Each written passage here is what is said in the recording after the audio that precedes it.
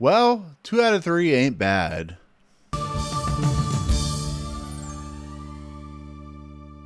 What's going on, everyone? Welcome to Movie Emporium's movie review of the Netflix original movie, Ballad of a Small Player. This is directed by Edward Berger. So in this quote-unquote psychological thriller, this movie, which is based off the book from Lawrence Osborne, is a story of a gambler who is basically hiding out in Macau, the gambling capital of the world.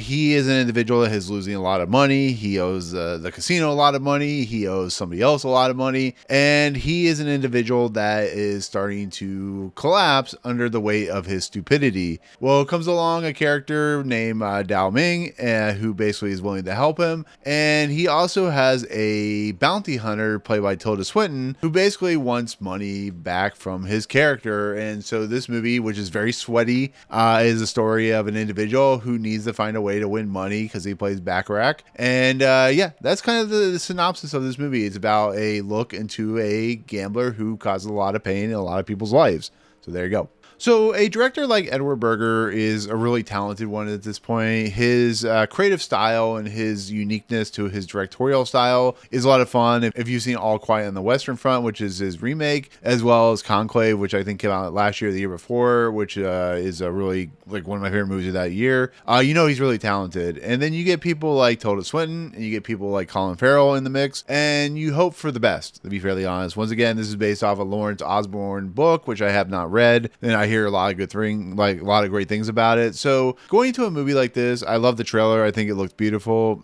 Does Edward Berger swing for the fences? Yes. Is it really that good? My honest opinion, not really. This is a 3 times you've tried, 2 out of 3 ain't bad type of situation. Now I will say the movie's not all bad. Colin Farrell gives like one of Colin Farrell performances that he does. It's his most sweatiest performance. It's one of his most chaotic performances, probably since Banshees of Inisherin. And once again shows that he is really capable of underrated as an actor. You know, the Penguin is like one of his best performances and one of the best things I've seen in the last few years. He is really talented at this. The other things about this movie is the score is fantastic. It should be Oscar nominated. It is heartbeat wrenching. It is chaotic. It is just a mess of a score that is so off tilt that it makes you uneasy. The cinematography and the visual productions of this movie is absolutely gorgeous. It makes Macau look and like absolutely beautiful and stunning, and it's the reds and yellows and the nature of like how Edward Berger and his cinematographers shoot. It's a really beautiful movie. The costume design is on point. I love the chaotic clothing that his character of Lord Doyle wears in this movie. I even love what Tilda Swinton's wearing in this movie. It's a very beautiful movie. The aesthetics are not the problem with this movie. The story is the problem with this movie because it doesn't make a lot of sense, to be fairly honest, and it's kind of a shame because once again, Edward Berger and his movies have been quite good. Your Honor was also a really good movie, but it just struggles because it tries to be too psychological. It tries to put this character of Lord Doyle in this really chaotic world. I mean, yes, Macau and of course, you know, Vegas are very tense and give you heart attacks, as this movie's trying to give Colin Farrell in this movie, but it doesn't really lean to much anything. Like I said, when he comes across this woman who's willing to give him money, there's just not much arc there. There's not much dimension, not much storyline. It kind of just comes and goes. You're not really sure what's real and what's not. The stuff that happens to Lord Doyle or Colin Farrell's character, you can kind of see where it's going to play out. It tries to be too many storylines. It tries to be too many genres at once. It wants to be a thriller. It wants to be a comedy. It wants to be a drama. Like I said, the camera work and cinematography and all that stuff is beautiful, but you still got to have a good story. And unlike Conclave and All Quiet on the Western Front, it just doesn't work here. And I don't blame Netflix for giving Edward Berger money to do this movie and them shooting in Macau and shooting on location. I just think that the movie could be more. I think it could be more interesting. It probably was cut down a lot from the book. I'm assuming people will be able to tell me what is different and what's not, but it's a movie that has so much potential.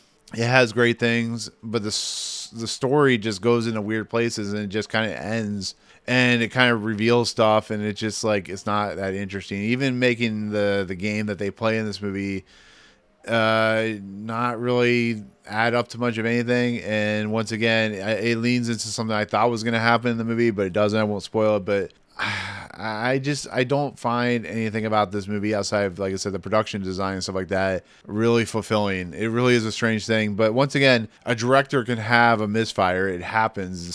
Spielberg and Cameron and, you know, Scorsese and all these directors, famous directors, and that have had misfires. Not everybody can be, you know, even Christopher Nolan has had misfires, you know, Tenet and stuff like that. It's not a perfect situation, and unfortunately, it's just one of those things where Edward Berger just makes his next movie, and hopefully, we hope for the good. And like I said, hopefully, not the last two movies he did was not just kind of a fluke. But I don't think it was. I think he's like a Dennis, he's like a Denis Villeneuve, and he knows how to make great looking films. But we'll see how he portrays his next film. But for this one, is kind of it's an unfortunate kind of a fail when it comes to its story. Great, like I said, great production, but just not a very interesting story. The characters, you know, really kind of come and go and just don't do much of anything. So that's my overall take on Ballad of a Small Player. Once again, it's not a bad movie. It's just not a great movie. So there you go. Anyways, with that said, that is going to be my take on Ballad of a Small Player. I do appreciate you watching my review. Comments below. What do you think of this movie overall? What do you think of the book? Let me know if you see the movie, what the differences are. I would appreciate it. But otherwise, if you like what you see on this channel, hit the subscribe button to join Movie Emporium. Hit that notification bell at top to find what's coming next. If you like this video, awesome. Hit that like button. And as always, we'll see you guys on the next video. Peace out, guys.